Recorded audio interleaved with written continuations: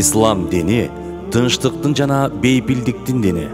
Туура жол, алдыга койгон максат, адашпоо, шүгүр келтирүү, сабырдуу болуу, булардын баары жүрөктөрдө жашасын. Араптанын жума күнү Маралда saat 12'den 13:00'e чейин Жума кутбасы.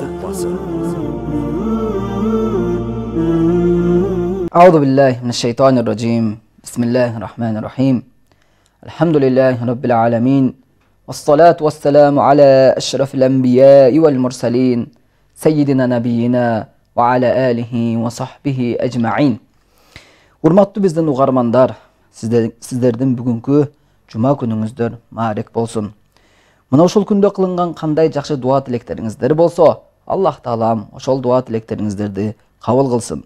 Жана ошол жума күнүндө кандай гана жакшы сооп амалдар буйрулган болсо, ошолорду кылып, ошолордун соопторун эселеп алууну баарыбызга Аллах Таалам насип кылган болсун. Урматтуу мусулман бир тууган, Аллах Субхану ва Таала Кур'ан аятында мына минтип айтат. Аузу биллахи минеш шейтанир раджим. Бисмиллахир рахманир рахим. Хуа аншаакум минал арди вастамаракум фиха.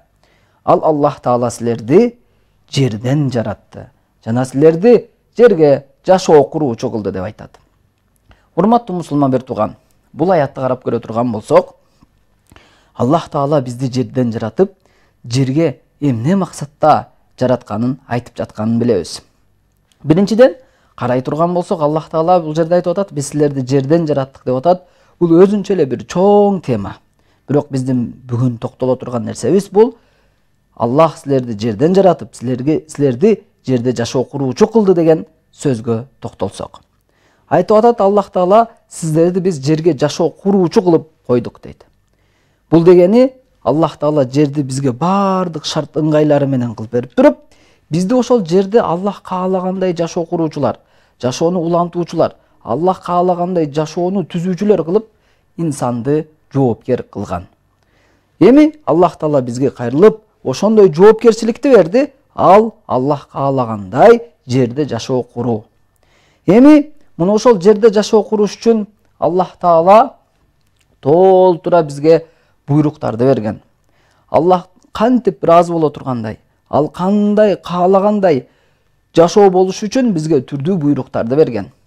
Ошолордун бири Аллах Таала жер бетинде сакташ керек болгон эң чоң мыйзамды айтат. Ал мыйзам Аузу биллахи минеш шейтанир раджим. Ва ла туфсиду фил арди ба'да ислахиха.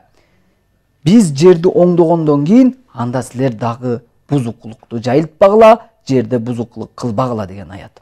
Бул Аллах Таала бизди жер бетине жаратып туруп, ушул жер бетине инсаният үчүн койгон эң чоң эреже. Ал некен? Биз жерди оңдогондон кийин, оңдоп түзөткөндөн кийин силер анда бузукулук кылбагыла деген аят. Эми бул жерде аяттагы мааниге көңүл бура турган болсок, биз жерди оңдогондон кийин деген маани бул. Ал кандай ишке ашкан? Пайгамбарлардын жиберилүүсү менен, ыйык китептердин түшүрүлүүсү менен, дин берилүүсү менен Аллах Субхану ва Таала бул жерге өзүнүн оңдоп түзөө иштерин жүргүзгөн. Адамдарды жерге жаратканда адамдардын напсиси, жан дүйнөсү дайыма жамандыкка ыктап турат. Алардын ошол жан дүйнөсүн жакшы билген, табиятын жакшы билген Аллах Субхану ва Таала пенделерин билип туруп, аларга артынан бат-баттан пайгамбарларын, жол жоболорун, таалимдерин бизге жиберип турган. Эми эң чоң эреже мына ушул экен. Аллах Таала пайгамбарларды жиберип, жер бетин бизге оңдоп, кантип туура жашоо курууну үйрөткөндөн кийин биз ал жерде бузукулукту эч качан жайылтпашыбыз керек экен. Бул жер бетинде биздин келген эң чоң милдетибиз бул Аллах каалагандай, ал ыраазы боло тургандай, ал сүйө тургандай жашоо куруп өтүү. Жашоо өтөө. Мына ушул биздин эң милдетибиз бул жердеги. Ошон үчүн Аллах Субхану ва Таала бизге толтура жакшы амалдарды буйруган. Аалымдар айтат, Аллах Таала буйруган эмне гана амал болбосун, ал инсандын пайдасы үчүн жана инсандан зыянды жоюш үчүн дейт. Аллахтын берген өкүмдөрүнүн баары мына ушундай. Бизди Аллах Таала ошол өкүмдөр менен түздөгүсү келет. Жашообузда бактылуу болушубузду шартын түзгүсү келет. Жана ошондой эле ошол өкүмдөр менен буйруп туруп, өзү каалагандай, өзү күткөндөй жашоону бизге куруп бергиси келет. Ошондуктан Аллах Субханала Тааланын ар бир өкүмү анын өзүнүн чоң бир максаты бар. Ал инсандын жашоосун оңдоп, андан зыян берген нерселерди жоюу. Эми биз ошол өкүмдөрдү мына угуп атабыз. Аллага шүгүр. Телевизордон угуп атабыз, радиодон угуп атабыз, мечиттен угуп атабыз. Телефонду ачсак эле муну аалымдардын сабактары, баяндары, насааттары чыга келет. Бирок шунча угуп атабыз, бир кемчиликти биз кетирип коюп атабыз. Бир кемчиликке биз жол берип коюп атабыз. Ал кемчилик бул укканыбыздан кылганыбыздын азайып кеткени. Бул азыркы кезде жер бетиндеги инсанияттын эң чоң көйгөйү. Аллах Таала ушундай өкүмдөрдү берди, ал инсанды жалаң гана оңдош керек эле. Ушундай бир өкүмдөрдү берди, ал өкүмдөр инсаниятты жалаң гана бактылуу кылыш керек эле. Инсанияттарды жыргалтып, жыргалчылыкта жашатышы керек эле. Бирок инсан андай жашабай жатат. Эмнеге десек, инсан билгендерине амал кылбай жашап атат. Инсан уккандарына түшүнгүсү келбей жатат. Аткаргысы, практикалоосу келбей жатат. Муну ошондуктан инсанияттын жашоосу кыйынчылыктын үстүндө турат азыр. Мусулманчылык дейбиз, бирок мусулманчылыктын сүрөтү калбады. Эмнеге? Анткени уккандарыбыздын амалын жоктугу. Уккандарыбыз көп, билгендерибиз көп, бирок түшүнгөнүбүздүн аздыгы. Аллах Таала Кур'анда айтат, алардын жүрөктөрү, акылдары түшүнбөйбү деп кайрылат. Караңыздар, чындап эле аябай көп угуп атабыз. Бирок түшүнгөнүбүздү ишке ашырганыбыз аябай эле аз. Ошондуктан биз инсаният Аллах Таала каалагандай жашоодо жашашыбыз үчүн, бактылуу жашоо сүрүшүбүз үчүн бул жер бетинде биздин эң чоң милдетибиз Аллахтын бүткүл өкүмдөрүнө толук амал кылуу. Удхулу фис-силми каффа. Аллах Таала аятта айтат, силер исламга толук киргиле дейт. Ал дегени жашоонун ар бир тармагында, ар бир өкүмдө Аллахтын буйруганын аткаргыла деген сөз. Анткени Аллах Тааланын айттык, буйруктары бизге жалаң гана жакшылык нерселерди гана буйруйт, жакшылыктарды гана алып келет бизге. Ошон үчүн биз азыр мынакей намаз окуйбуз, бирок башка амалдарыбыз аз. Намаз окуйбуз, мисалы үчүн мал-мүлктү чогултуп алып, кедейлерге жардам бербей атабыз. Намаз окуйбуз, орозо тутабыз, бирок бирөөлөргө, адамдарга мамилебиз начар. Жакшылык кылабыз, макул, садака кылабыз, башка кылабыз, бирок туугандарды унутуп коебуз.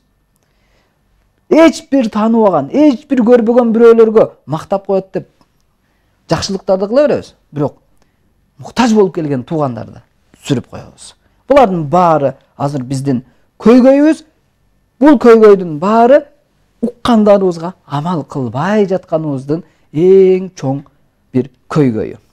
Эми урматтуу мусулман бир тууган, биз аалымдардын жашоосун карап көрө турган болсок, пайгамбарыбыздын жашоосун карап көрө турган болсок, пайгамбарыбыз бизге ушундай өрнөк көрсөттү, айткандарынан кылгандары көп эле. Пайгамбарыбыз бизге эмнени буйруса, андан ашырып кылат эле. Мисалы үчүн, адамзатка 5 мал намаз окуу буйрулган. Жалпы адамзат мусулман калккачы, а бирок пайгамбарга 6 мал намаз. Ал тахажжуд окуу деле ан үчүн милдет эле. Эми караңыз, ал пайгамбар эле, ал адамдарды намазга буйруйт эле, намазга чакырат эле. Бирок өзүнүн кошумча окуган намаздары аябай көп эле. Мисалы үчүн айта көрө турган болсок, билесиздер, Ибн Масуд деген сахаба болгон. Bir günü keçki Peygamberimizin nafil namazına barıp артына барып уюп калат. Уюп туруп Пайгамбарыбыздын намазынан, ошол нафил намазына кошулуп, мен де соопка илешип калайын дейт, бирок ошол намазга кошулганын өкүнүп кетет. Кандайча? Анткени Пайгамбарыбыз саллаллаху алейхи вассалам Фатиха сүрөсүн окуп бүтүп туруп, Бакара сүрөсүн Алиф лам мим заликал китабу ла райба фих деп баштады. Сахаба айтты: Пайгамбарыбыз саллаллаху алейхи вассалам азыр Бакараны окуп бүтүп саждага кетет го деди. Бирок жок. Пайгамбарыбыз Бакараны окуп бүтүп Әл-Имран сүрөсүн баштады. Билесиздер, Бакара сүрөсү эң узун сүрө Кур'андагы. 2,5 пара. Андан кийин Али Имранды окуду. Али Имранды окуп туруп сажда кылат го деп ойлодум. Бирок дагы сажда кылбады. Артынан Ниса сүрөсүн окуду. Артынан дагы Майда сүрөсүн окуду. Анан саждага кетти. Билесиздерби ошол жерде менин оюма эмне келип кетти дейт. Ошол жерде менин оюма бул намазды чыдабай кетип, качып таштап кетип калсамбы деген ой келди дейт.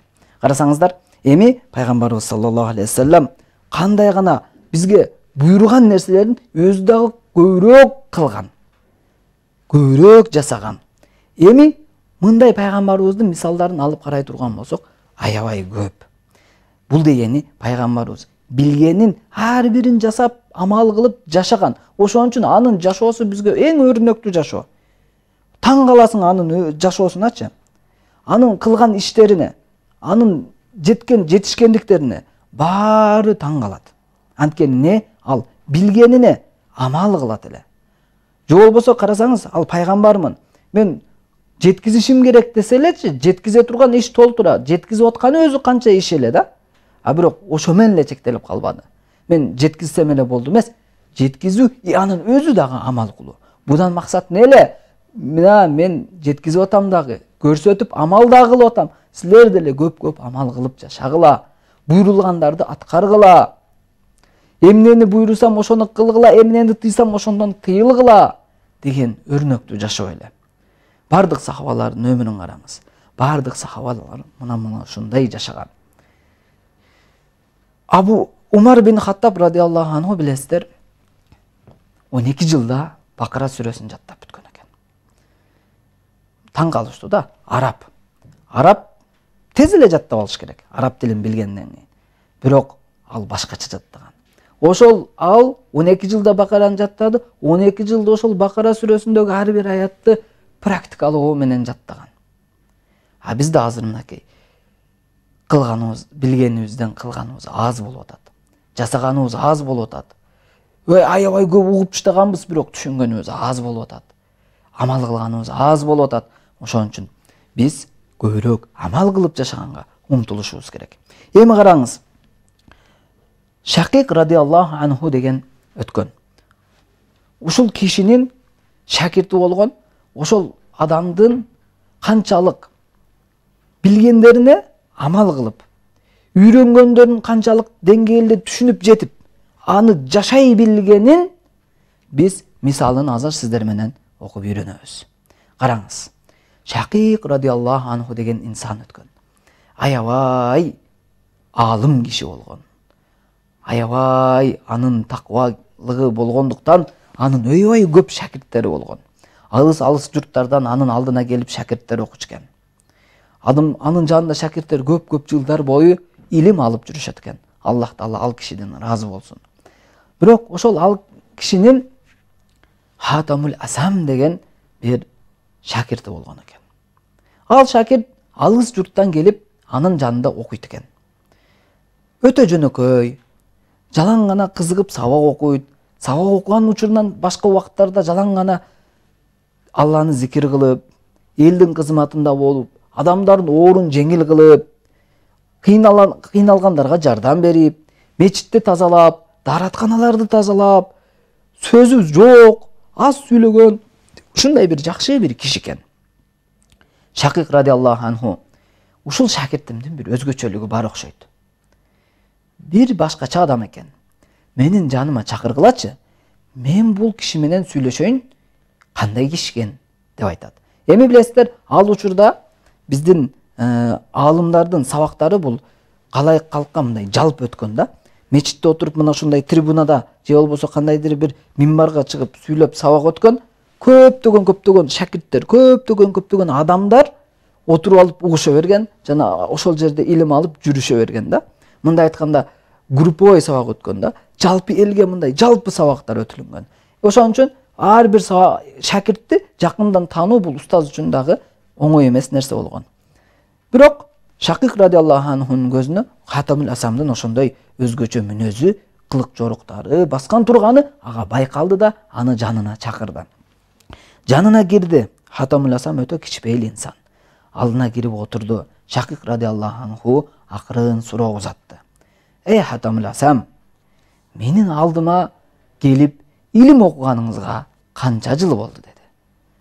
Хатамул Асам айтты: "Устазым, сиздин алдыңызга келип илим алганыма 30 жыл болду" деди. Устаз айтты: "30 жыл илим алып жүрөсүзбү? Мына бүгүн эми сынак күнү. Бүгүн мынакей 30 жыл үйрөнгөн нерселериңиздин ар бирин мага айтасыз. Мен сизден бүгүн сынак аламын. Эми сиз мага ар бир билген нерселериңизди айтыңыз. 30 жылда эмне үйрөндүңүз" деп. Ошондо Хатамул Асам: "Устазым" дейт, "мен 30 жыл сиздин жаныңызда жүрүп 8 нерсени үйрөндүм" дейт. Карасаңыздар, 30 жыл жанында жүрүп 8 нерсе үйрөндүм дейт. Бирок ал 8 нерсе жөнөкөй нерсе эмес. Ал 8 нерсе жашоонун ар бир тармагын, ар бир бөлүгүндө пайда бере турган үйрөнгөн нерселер эле. Шакик радиаллаху анху айтты: "Айтыңыз анда, эмнелерди үйрөндүңүз? 8 нерсеңизди бирден бир деп санап айтып бериңиз" деди. Хатамул Асам баштады. "Биринчи менин үйрөнгөн нерсем, мен адамзатка назар салсам, адамзатка карасам, баары бир сындырым нан үчүн жанын кыйнап, арамдын артына түшүп жатканын көрдүм." Адамдарды карасак чындап элечи, ар ким бир тиштем нанга тоет, бирок канча тытынып, канча кыйналып артынан жүргөндөр бар. Эми ошо бир тиштем нанга тоет, бирок ошол бир тиштем нан үчүн өзүнө арам жол кургандар бар. Арамдын артынан түшүп алып, арамдын артынан кеткендер бар. Мына ошондойлорду көрүп, мен Аллахтын нол аятына көзүм түштү дейт.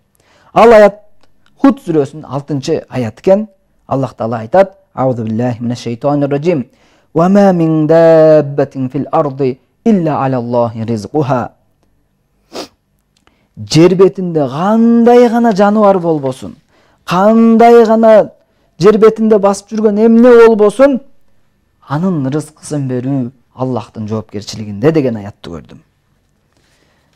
Жашоого назар салсам дейт, чоң пилдерге рызкысын берген Аллах асманда учуп жүргөн кичинекей бир чымынды дагы унутпаптыр.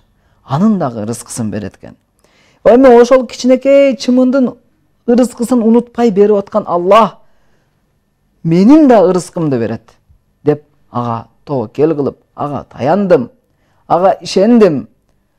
Анын да мен пендесимин, анын да мен махлукумун деп туруп, ага тобокел кылып, рызкыма аракет кылдым, жана амалына маани бердим деп айтат. Карасаңыздар, эмне гана жаныбар болбосун, ар бир жаныбардын рызкысын Аллах Таала өзү берүүнү жоопкерчилигин алган. Өзү берип келип жатат. Берип атат Аллах Таала. Бир аалымдын айтканы эсиме түшөт. Ал аалым СССР учурунда жашап, СССР учурунда билесиздер, адамдардын ыйманына, амалдарына куугунтук кылып, билген дини илимдерин кысып, аларды ошондой бир кандайдыр бир кыйынчылыктарды жаратып, артынан мамлекет түшүп, куугунтукка алып жүргөн кез эле.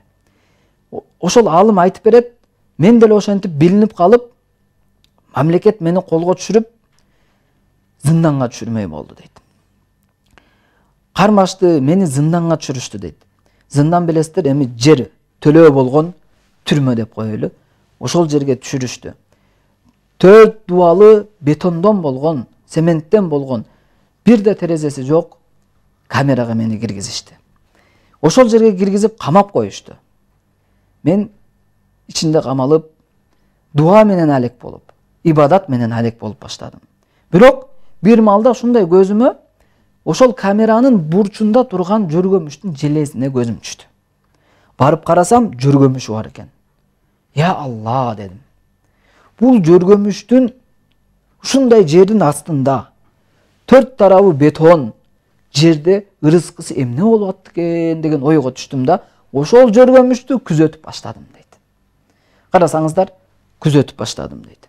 Эми 4 tarafım dual beton.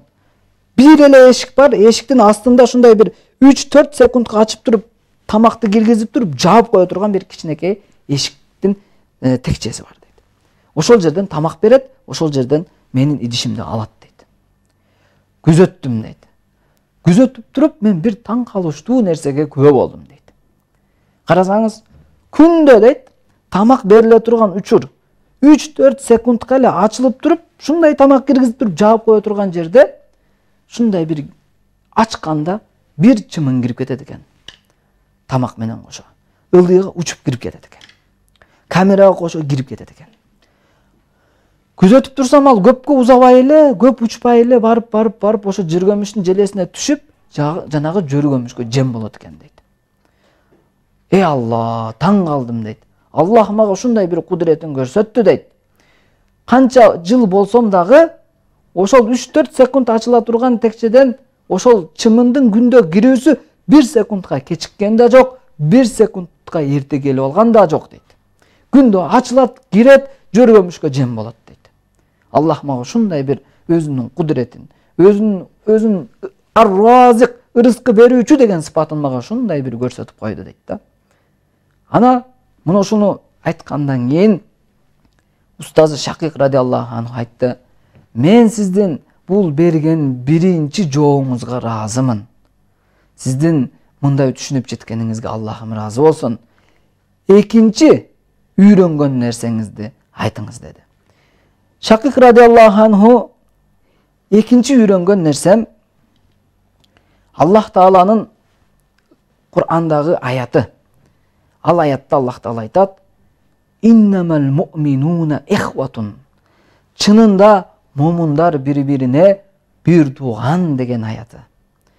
Адамзатка назар салып карай турган болсом, назар салып карасам, адамдар арзыбаган мал-мүлк, арзыбаган нерселер үчүн бири-бирлери менен таарынышып, бири-бирлери менен урушуп, талашып, тартышып, көрө албастык кылып жүрөт экен.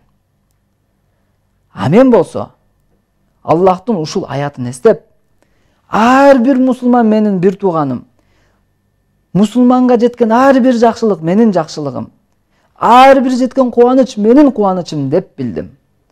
Чыгышта бир мусулманга жакшылык жетсе, мага жетти деп билдим. Батышта бир мусулманга жакшылык жетсе, ал да менин жакшылыгым деп билдим. Мусулманчылыкта мен бир денедей болгон аракет кылдым дейт. Устазы токтоңуз деди. Мусулманчылыкта бир дене болуу деген эмне деди? Хатамул Асам айтты. Мусулманчылыкта бир дене болуу деген бул. Эгер сиздин колуңуздун учуна тикен кирсе, ошол колдун учуна кирген тикенден баш ооруй чыгат. Адам жеген ол тамак жегисин, аппетитин жоготот. Бүт дене зымырайт. Муну ошол бармактын учуна кирген тикенден дейт. А мен деле ошондой болдум. Дүйнөдө кайсы мусулманга жеткен кыйынчылык ал менин кыйынчылыгым деп сездим. Кайсы мусулманга жеткен жакшылык, жыргалчылык болсо менин жыргалчылыгым деп билдим дейт.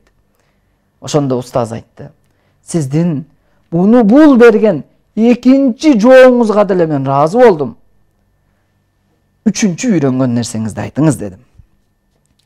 Хатамул Асам айтты: "Менин үчүнчү үйрөнгөн нерсем, дүйнөгө назар салсам, ар бир адамдын жакшы көргөн адамы болот экен. Достору болот экен. Өзгөчө дүйнө мансап көбөйүп калган кезде, башыңа бакыт кушу конуп турган кезде, оомат сен тарапта болуп турган кезде, кызмат барбы деген досторуң көбөйүп кетет экен. Досум ай досум деген адамдар көбөйүп кетет экен. Эч бир тааныбаган, көрбөгөн бирөөлөр таекеңмин, таежеңмин, тууганыңмын деп чыга келет экен. Бирок жигиттин башынан оомат кетип, бакытта алай качып, кыйынчылыкка туш келген кезде, кызмат барбы деген достордун бирөөсүн дагы таба албай калдым. Тууганыңмын, таекеңмин, таежеңмин дегендердин бөтөндөн бөлөкчө болуп, бөтөндөн да беттер болуп кеткенин көрдүм. Анан Адам баласы бул дүйнөдө ага эч бир нерсе дос боло албайт экенин түшүндүм. Кыяматта Аллахтын алдына барганыбызда адилет таразасы тургузулуп, махшар майданына чогулуп, амалдарыбыз таразага тартылып турган кезде, амалдарыбыз жетпей, соопторубуз жетпей, таразабыз баспай калган кезде, жалынып, жалбырап аялыбызга барат экенбиз. Эй аялым, дүйнөдө мен ким элем? Дейт экенбиз. Айтат экен, сиз мени дүйнөдө күйөөм элесиз. Айтчы, мен дүйнөдө сага кандай күйөө болдум? Ал айтат экен, жакшы күйөө болдуз. Эртели кеч үй бүлө багам деп ийилип бүкүрөйүп иштеген эр болдуз. Десе, күйөө айтат экен. Аялым, ушунча кылган жакшылыгыма таразам баспай калды. Соопторум жетпей калды. Тозоктун кырында турамын. Соопторуңан бир аз болсо дагы берчи десе, аял жок дейт экен. Бүгүн өзүмө амалым жетишпей турат. Өзүмө өзүм эсеп бере турган күн болуп турат деп аял дагы качат экен. Ошол кезде үмүт менен биз балабызга барат экенбиз. Балабызга барып, эй балам, мен дүйнөдө ким элем? Бала айтат экен, атам болдуз. Эртелик кеч шу балдарымдын рахат үчүн, балдарымдын бакталай үчүн тытынып, чуркап иштеген ата болдуз. Элден кем кылбадыз. Кийим бүтүн, курсагым ток кылдыз деп айтат экен. Ата айтат, эй балам, шунча кылган жакшылыгыма бир аз болсо сооп берчи. Соопторум жетпей калды. Таразам басылбай калды. Тозоктун кырында турам десе, бала айтат экен. Эй ата, бүгүн кандай күн билесизби? Бүгүн ата балага, бала атага жардам бере турган, эч бир дос бир досуна жан тарта турган, достор топ-топ болуп келсе дагы, тааныган билген топ-топ болуп келсе дагы, биргелешип иштеген, биргелешип отурган, биргелешип жүргөн бүт баары келип туруп, жан тартса дагы уруксат берилбеген күн бүгүн. Бир гана Аллахтын алдында ар бир адам өзү жекеме туруп жооп бере турган күн деп бала дагы четтеп чыгып кетет экен. Ошондо күтүлбөгөн жерде бизге жардам келет экен. Ал жардам дагы сооп болуп келип, таразабыздын үстүнө, соопторубуз үстүнө түшүп, таразабызды басып, бизди бейишке алып кирип кетет экен. Ал да болсо биздин дүйнөдө кылган кошумча амалдарыбыз экен. Окуган нафил намаздарыбыз, туткан нафил орозолорубуз, адамдарга кылган жакшылыгыбыз, салган жолдорубуз, курган мечит медреселерибиз, кылган жакшылыктарыбыз, салган көпүрөлөрүбүз, ушулар келип туруп, адамды колунан жетелеп туруп бейишке алып кирип кете турган нерсе экен. Дүйнөдө канчалаган дос көрдүм, бирок Аллахтын ибадатындай, Аллахка кулчулук кылуудай дос таба албадым дейт. Карасаңыздар, дүйнөдөгү достор, дүйнөдө биз күйүп жанган, эй доске деп артынан чуркаган, өлөм күйөм деген аял бала чака, бүт баары бул сизди кабырыңызга чейин гана барат экен. Кабырыңызга барып туруп ошол жерден токтойт экен. Ал жагына биз жардам бере албайбыз дейт экен. Кетет экен, унутат экен. Акыретте ар ким өзүнүн башын өзү ойлоп качып жүрөт экен. Ар бири сизден качат экен. Яума яфиррул мар'у мин ахи. Ал күн келгенде кыяматта Аллах Таала Кур'анда айтат. Ал күн келгенде адам өзүнүн бир тууганынан качат. Ва уммихи ва аби, атасынан, апасынан качат, атасынан качат. Ва сахибатихи ва бани, аялынан качат, балдарынан качат дейт. Качып калат экен. Эч бир дос, эч бир жакындык, эч бир нерсе ал күндө бизге жаныбызда туруп, жардам берип, эч нерсе кыла албайт экен. Бир гана нерсе биздин амалдарыбыз. Амалдарыбызды өзүбүзгө дос тутсак, амалдарыбызды дайыма жаныбызга алсак, дайыма амалым деп ойлонсок, кыяматта пайда бере турган, дүйнөбүздө дагы пайда бере турган нерсе мына ошол нерсе экен. Мен эң жакын досум деп бул ибадаттарымды дос туттум деген экен. Эми ошондо Шакик радиаллаху анху бул жоопту угуп туруп, мен сиздин берген бул үчүнчү жооңузга да ыраазы болдум. Аллах сиздин илимиңизди көбөйтсүн. Сиз эми мага үйрөнгөн 4-чү нерсеңизди айтыңызчы деди. Ал айтты, менин 4-чү үйрөнгөн нерсем, дүйнөгө назар салып карай турган болсом, адам баласынын башындагы чачынан душманы көп экен. Байдыкы бай, кедейдики кедей, мансаптуунуку мансаптуу, ар кимдин өзүнө жараша душмандары бар экен. Оозуңан чыккан сөздөн баштап, таштаган кадамыңан баштап баарын эсептеп турган душмандар болот экен. Бирок шайтан ушундай бир катуу душман экен. Сен аны көрбөсөң да ал сени көрүп туруп, сенин денеңдин ичинде жүрүп туруп, каныңда айланып туруп, сени билдирбестен балелерге кириптер кылып, эки дүйнө жакшылыгынан, Аллахтын рахматынан куруу калтырып кое турган, тозокко жетелей турган душман бул шайтан экен. Мына ушул душман инсан үчүн эң жаман душман экен. Чындап эле. Шайтан аны көрбөйбүз, аны сезбейбиз. Анын эң чоң амал көйлүгү өзүн жок деп эсептеттирүү.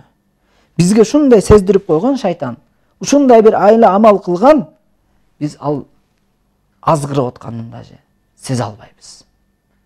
Анын бар экендигинде деле ойлобойбуз. Шунчалык деңгээлде азгырган. Шайтан ювасвису фи судурин нас, ал адамдардын жүрөгүнө васваса кылып адамдарды азгырып атат. Васваса дегени жашыруун үн менен жүрөгүбүзгө шыбырап турат дайыма. Биздин жан дүйнөбүз мына ушундай. Эгер биз буну тарбиялабасак, дайыма жаман жакка ыктап турат. Жаман жакка бет алып турат. Ошол жакка баргызы келип турат. А шайтан жүрөгүбүздөн шыбырап, эй пенде деп, түрдүү ойлорду берип, түрдүү жолдорду көрсөтүп, түрдүү пикирлерди берип туруп, бизди күнөөлөргө, күнөө иштерди кыйын болсо да жеңил көрсөтүп, жаман болсо жакшы көрсөтүп, бизди азгырып аткан мына шайтан. Анын эң чоң айла амалы ушул болуп атат, шуну бизге сездирбей атат. Сездирбестен иштеп атат. А биз келип аткан ойлорду эч бир ылгабастан, эч бир элебестен шайтанданбы, Аллахтанбы, жеке өзүбүздүн акылыбызданбы келип атканын ылгай албай атабыз. Анализдеп биле албай атабыз. Муну ошондуктан туруп ар кандай күнөөлөргө кадам таштап, ар кандай адамдар менен мамиле бузуп, ар кандай нерсени сүйлөп, ар кандай иштерди кылып, күнөөлөргө белчебизден батып кыйналып калып атабыз. Шайтан шундай бир душман. Аллах Таала айткан: "Инна шайтана лакум аду, фаттахизуху адуа." Чынында шайтан силерге душман, аны душман туткула деген. Ал бизге тынбай ар бир секунд сайын иштеп атат. Ар бир секунд сайын бизди жолдон тайдырып, түрдүү ойлорду таштап, жүрөгүбүзгө шыбырап, шундай бир бизди кыйнап, азгырып атат, бирок биз аны сезбей атабыз. Келген түрдүү күнөө иштерге, жаман иштерге келип аткан ойлорду, мен акылдуумун, мен шундай шустриймин, шундай бир мен зирекмин деп туруп өзүбүздөн көрүп атабыз, бирок аны шайтан бизге оюбузга таштаганын сезбей атабыз. Анын тузактарына, анын койгон капкандарына билбей сезбей түшүп атабыз. Караңчы кандай гана жаман душман, кандай гана коркунучтуу душман, көзгө көрүнбөйт, бирок аябай чоң азгырыктарды кылат. Ошондуктан Шакик Хатамул Асам айтып атат, мен ушундай душманды эң чоң душман деп билдим. Жана ушул душман менен күрөшүүнү өзүмө милдет кылдым дейт. Азыр биз арзыбаган адамдар менен эле күрөшүп жүрөбүз. Болбогон нерселер менен бирөөлөр менен таанышып жүрөбүз. Болбогон нерселер менен бир адамдар менен душмандашып, алар душман тутуп, алар менен тирешип, талашып жүрөбүз. А бирок ким душман издесе, ага шайтан жетиштүү. Ким шайтандын эле келип аткан ойлорду тосуп алса, түрдүү душмандардын көйгөйлөрүн мындай эле чечип коет. Башка душмандардын бүт айламалынан кутулат. Башка душмандардын душмандыгы эч нерсе болбой калат. Жөн эле ошол шайтанды сезе билүү. Канчалык ал душман, канчалык ал жаман. Ошону эле билүү өзү чоң бир жетишкендик. Ошон үчүн шайтан ар тараптан келип азгырат. Ар тараптан келип азгырат. Сак болуш керек. Билесиздер, инсанга шайтан душман болгондо Аллахтан уруксат сураган. Аллах, мен буга душмандык кылганга мүмкүнчүлүк бер деди. Мен буну азгырганга, адаштырганга уруксат бер деди. Аллах уруксат берди. Уруксат бергенде айтты. Мен буну деди, шундай күнөө иштерге алып барып адамзатты. Күнөө кылдырып, тозокко толтуруп, үстүндө өзүм отурам деди. Адамды деди. Аллага айтты шайтан. Алла деди. Шайтанды мен оңунан келип азгырамын деди. Солунан келип азгырамын. Алдынан келип азгырамын, артынан келип азгырамын. Сенин жолуңан таппай каласың деп Аллага ант ичти. Ошондо периштелер Аллага кайрылды. Алла, бул инсанга кыйын болду. Нафс деген балеси бар. Ага кошумча шайтан дагы кошулду буларга душман болуп. Кыйын болду дегенде Аллах Таала айтты. Периштелер, силер мен билген нерсени билбейсиңер. Мен билген нерсени силер билбейсиңер. Шайтан төрт тарабынан, оңунан, солунан, артынан, алдынан келип азгырам деп атат. Бирок мен ага унуттуруп койбодумбу? Үстү менен түбүн. Үстү менен астын унуттуруп койбодумбу? Эгер инсан шайтанга төрт тарабынан азгырылып, бирок бутунун астындагы жерге ыйык сыйлуу пешенесин коюп туруп кечирим сураса, мен анын үстүнөн ырайымымды, анын үстүнөн кечиримимди түшүрөм деди. Периштелер Аллаху акбар, субханаллах деп айтышты. Караңыздар. Аллах субхана таала шайтанды бизге душман деп жарыялады. Андан сак болушубуз керек. Канчалык азгырса дагы биз дайыма Аллахка кайтып, Аллахка бет алып турушубуз керек. Жана анын душмандыгын, кылып аткан айла амалдарын, оң солдон келип азгырып аткандарын дайыма сезип, дайыма байкап турушубуз керек. Эмне ойлор келип атат, эмне азгырыктар келип атат, аны элей билишибиз керек. Мына ошондо биз анын жамандыгынан кутулабыз. Устаз айтты. Сиздин бул берген 4-чү жооңузга да мен ыраазымын. Эми үйрөнгөн 5-чи нерсеңизди айтыңыз деди. Менин 5-чи үйрөнгөн нерсем, адамдарды карасам баары кооздуктардын артынан жүрүшөт. Бийик имарат үйлөрдү куруп, аны жасалгалап, кооздоо менен алек экен. Ар бир адам үй курат, аны үйүн 1 этаж кылса 2 этаж кылайын дейт. 2 этаж кылса анын ичин евро кылайын дейт. Кооздойт, жылтыратат, жасалгалайт, бүт нерсе кылат. Ушул нерсе менен алек экен. Баары ушул нерсеге белчесинен батыптыр. А мен болсо өзүмдүн чыныгы үйүмдү жасалгалоо менен алекмин деди. Устазы таң калды. Чыныгы үй дегени эмне? Чыныгы үй дегени бул кабыр.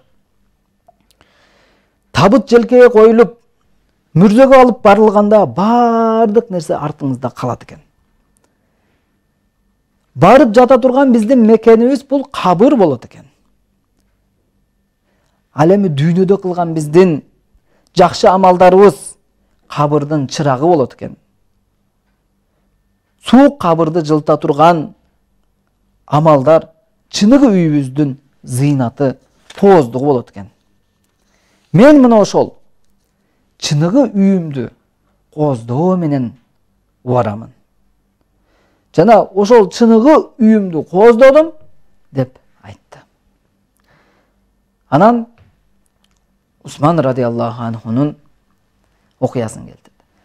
Карасаңыздар, бул жерде чындап эле биздин күнүбүздө көйгөйүбүз. Баарыбыз ушул үй жасалгалуу. Сенден мен өтөм, менден сен өтөсүң.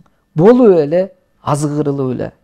Чыныгы бара турган үйүбүз, чыныгы барып тура турган үйүбүздү унутуп койдук. Баарыбыз арзыбаган, убактылуу кала турган, канча жашашыбыз деле белгисиз болгон үйүбүздү жасалгалоо менен убарабыз.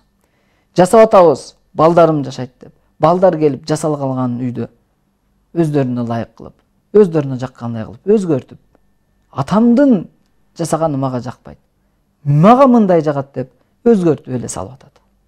А биз болсо ошол нерселерди жасалгалап, кооздоп, мен жашайм, балам жашайт деп эле, бирок чыныгы кооздой турган үйүбүздү, чыныгы бара турган үйүбүздү, кабырыбызды унутуп калып атабыз. Усман радиаллаху анхуга алдында туруп кыямат тууралуу сөз кылышат экен.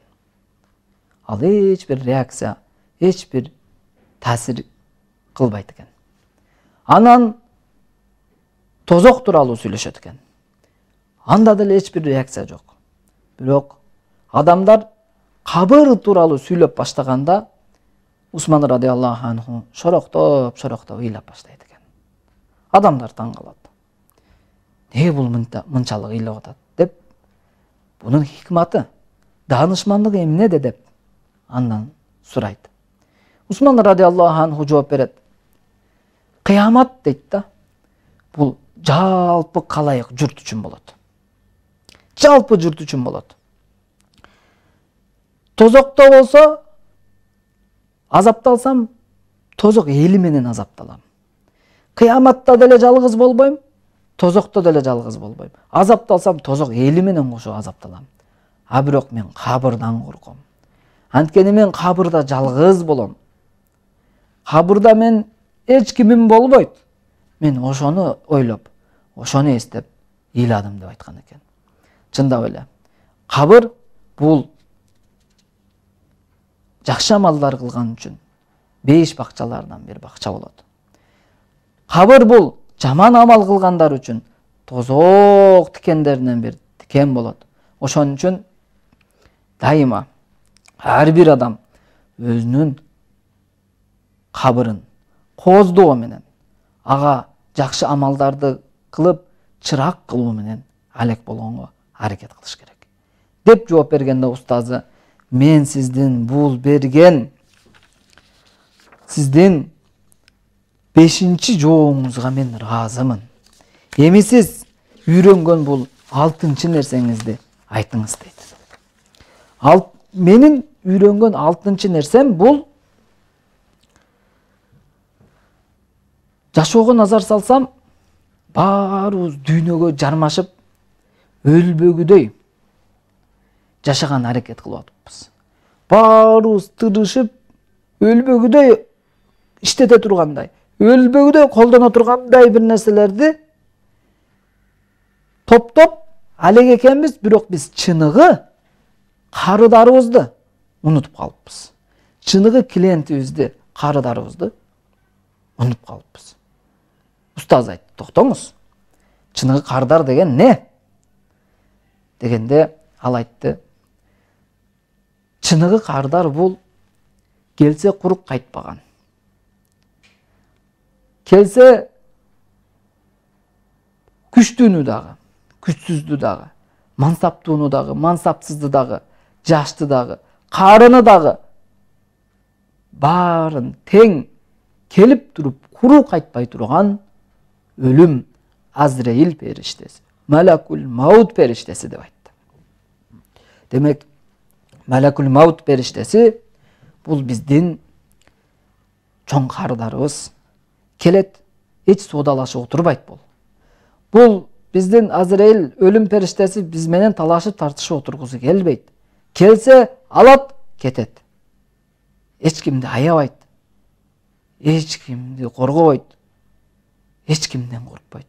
Аллахтын буйругун эч ойлонбой, эч тайманбай аткара турган өлүм периштеси. Менин чыныгы кардарым мына ушул өлүм экен. Ошол өлүм келишине мен даяр болдум, өлүм келишине даярдандым деп айтат. Кантип даярдык кылдыңыз деп устаз айтты. Канчалык деңгээлде даярсыз деп айтты. Хатам эле айтты. Мен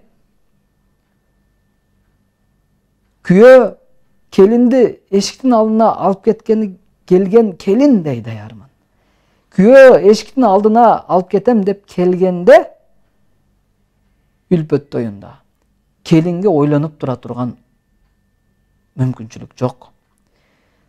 Чыкпай коюу мүмкүнчүлүгү жок. Жашаган, көнгөн, канча убакыт өткөрсө дагы, көнүп калса дагы таштап кетиш керек болгон күйөөгө кете турган келиндей мен өлүмгө даярмын деп айтат экен. Мына ошондо устазы сиздин берген бул жообуңузга мен ыраазымын. Эми сиз үйрөнгөн 7-чи нерсеңизди айтыңыз деди. 7-чи үйрөнгөн нерсем бул мен адамдардын жашоосуна көз чаптырдым дейт. Адамдарды карасам баары бири-бирин гыйбат кылып аткан, ушак кылып аткан, чукулап аткан бири-бирин. Бири-бирине мал-мүлктө, илим-билимде, мансапта көрө албастык кылып аткан, хасад кылып аткан. Бирин бутун бири артынан тартып аткан. Бирин этин жеп аткан адамдарды көрдүм дейт. Анан ошолорду көрүп туруп Аллах Тааланын ушул сөзүн ой жүгүрттүм дейт. Аллах Таала айтат: "Нахну қасамна байнахум маишатахум фил хаяти дунья." Биз алардын дүйнөлүк жашоодогу тирлик нерселерин бөлүштүрүп койгонбуз деп айтты. Ушул аятка ишендим, ушул аятка таяндым дейт. Чындап эле Аллах Таала бул дүйнөдө баарыбыздын тирлик кыла турган нерселерибизди ар кимибизге өз-өзүнчө кылып, ар кимибизге өзүбүзгө жараша кылып бөлүп койгон. Эми ким шуну көрө албай, жактырбай, хасад кылып атса, ал Аллахтын мына ошол бөлүштүрүп койгонуна нааразы болуп атканы. Эң бул жаман нерсе. Аллахтын кылган, жасаган нерселерине адилетсиздик жана адепсиздик болуп эсептелинет. Аллах бөлүштүрүп койгон. Бирок ошо болсо дагы адамдардын катасы болуп атат. Көрө албай, сөз кылып, сүйлөп, башка кылып, көз артып, артынан түшкөнү ол Аллахтын бөлүштүргөнүнө нааразылык кылган болуп эсептелет адамдан. Адам бул нерседен болушунча сак болуш керек. Анткени Аллахтын бөлүштүрүүсү, тагдыр кылуусу, өлчөп берүүсү деген нерсеге каршы чыгуу болот бул нерсе. Коркунучтуу. Ошон үчүн бирөөгө жакшылык жетсе, машаллах дешти үйрөнүшүбүз керек. Аллах көбөйтсүн, бизге деле насип кылсын деп биз да аракетти кылышыбыз керек. Деп ушинтип жооп берген устазы. Мен сиздин бул берген сиздин 7-чи жообуңузга деле аябай ыраазы болдум деп устаз айтты. Эми үйрөнгөн акыркы 8-чи нерсеңизди айтыңчы деп айтты. Менин акыркы 8-чи үйрөнгөн нерсем адамдарды карадым дейт. Адамдарды карасам баары өздөрүнүн кумарларынын артынан ээрчип алыптыр. Кумарларын артынан түшүп алыптыр. Белин асты үчүн жашаган адамдарды көрдүм. Кумары эмнени буйруса, шахваты эмнени буйруса, каалоосу эмнени буйруса, ошонун артынан жүргөн адамдарды көрдүм. Нафсиз эмне кааласа ошон үчүн шашылган, анын артынан чуркаган адамдарды көрдүм. Анан ошолорду көргөндө Аллах Тааланын мына бул аятына Kur'andагы аятына мен ой жүгүрттүм. Аллах Таала айтат: "Ва амма ман хафа мақама раббихи ва нахан нафса анил хава фа иннал джанната хиял маъва." Аллах Таала айтат: "Ал эми ким Аллахтын эгесинин алдынан туруудан коркуп, өзүнүн напсисин кумарынан тыйса, албетте ал үчүн маъва жаннаты болот, маъва бейиши болот" деп айткан аятына мен ой жүгүрттүм дейт. Чындап эле карасак, биз бул дүйнөдө кызыгып аткан, артынан чуркап аткан бүт ырахаттар убактылуу. Аябай кыска, аябай эле кичине. Тез эле бүтүп кала турган ырахаттардын артынан канча өмүр, канча күч, канча акча кетирип артынан чуркайбыз. Бирок мына бул аятта айтып аткан ким ал эгесинин алдынан туруудан коркуп, жана өзүнүн нафсисин кумарларынан тыйса, ага маъва жаннаты берилет деп айткан эч ойлонбойбуз. Биз айтып аткан бүт кумарлар убактылуу. Ал эми биз айтып аткан жаннат, биз айтып аткан бул бейиш, бул түбөлүк. Ал жерде инсан түбөлүк болот. Ал жердеги ырахаттар ушунчалык көп болот. Ал жерде вама таштахил анфус, нафс эмнени кааласа, биздин жан дүйнө, ичибиз эмнени кааласа, ошол нерсе бар. Кулак укпаган, көз көрбөгөн жыргалчылыктар бар.